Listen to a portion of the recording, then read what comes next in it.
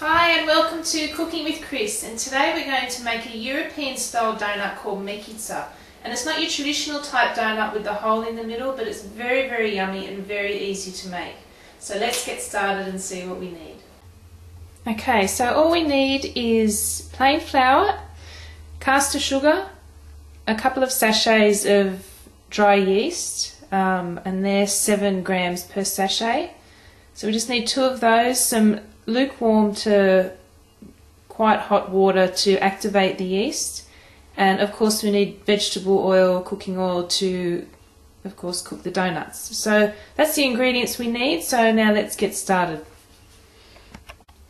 Okay, so let's get started and put in the yeast. So I'm just going to put the 2 packets in. Now what we do is just add a tiny bit of castor sugar to help activate the yeast, so probably half a tablespoon. And then I'm going to put in a couple, say 2 or 3, say 3 tablespoons of plain flour. And just slowly mixing in the hot water. And that doesn't look too crash hot, but just add bit by bit.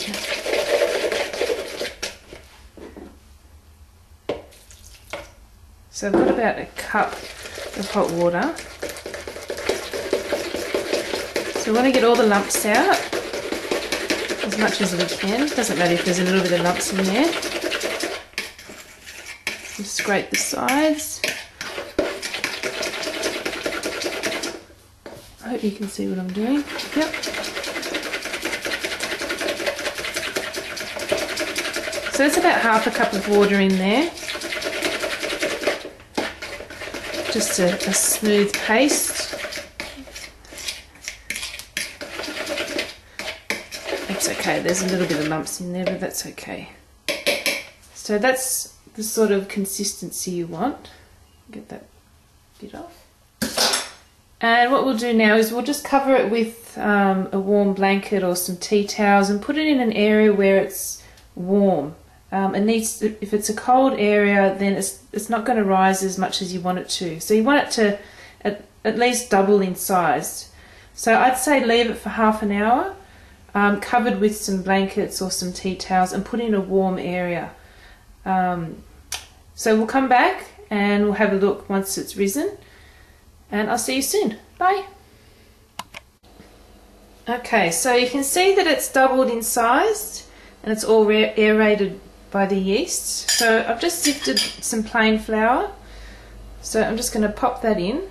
So there's a couple of cups there, and just give it a mix, and I'll gradually add the rest of the hot water. You might want to get some fresh hot water and just gradually add that in.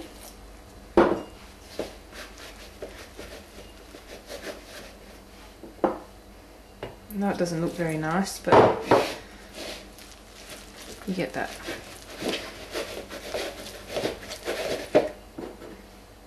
I need a little bit more water.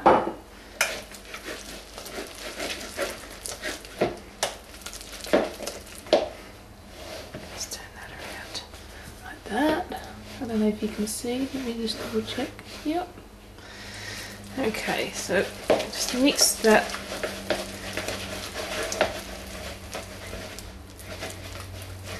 as much as we can. I just add a tiny little bit more water.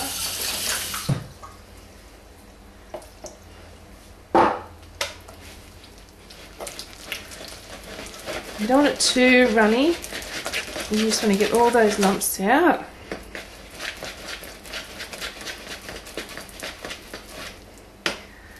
As much as you can anyway. And what we're going to do is we're going to let it rise again for another half an hour.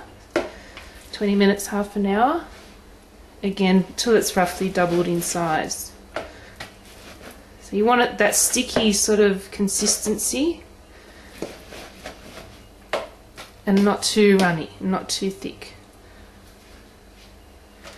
Okay, so we're just going to let that sit. We're going to cover it again, put it in a warm place once again, and we'll be back soon. Okay, so what we've got here, the yeast mixture is doubled in size again. I put the vegetable cooking oil in a small saucepan on high heat and brought that to a high temperature.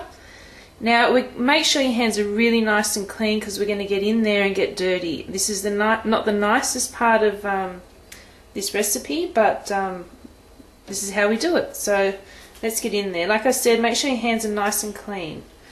So I know this doesn't look very nice. So we just grab a piece, a small bit, and it's all gooey, and we want to just sort of stretch it out as much as we can, and your hands are going to get really dirty, and just let it fall in.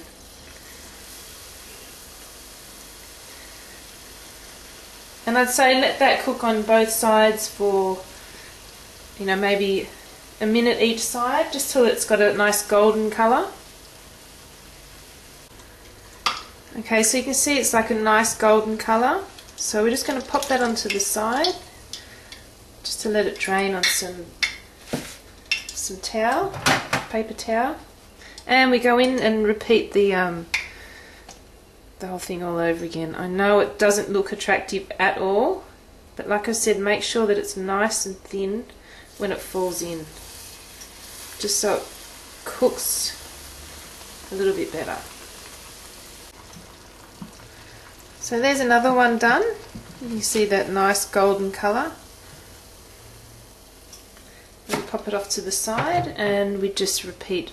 Just keep repeating it till as much as you want, or until you finish all the mixture. And it is very, very sticky and messy.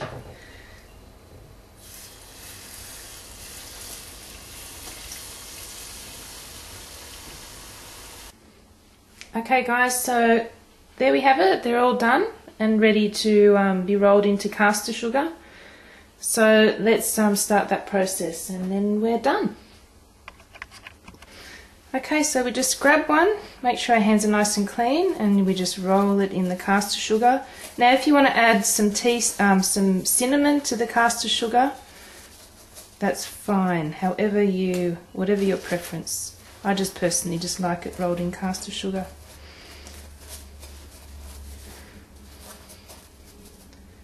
So we'll just do all these. There you have it, donuts. Well, technically not donuts because they don't have a hole in the middle, but I call them donuts, Mekitsa, whatever you want to call them. They're yummy, they're delicious, and they're best eaten warm, as is. So there you go, too easy. There you go guys, Mekitsa, donuts, whatever you want to call them. They're easy, they're yummy, the kids love them. So give it a go and let me know, and I'll see you next time on Cooking with Chris. See ya!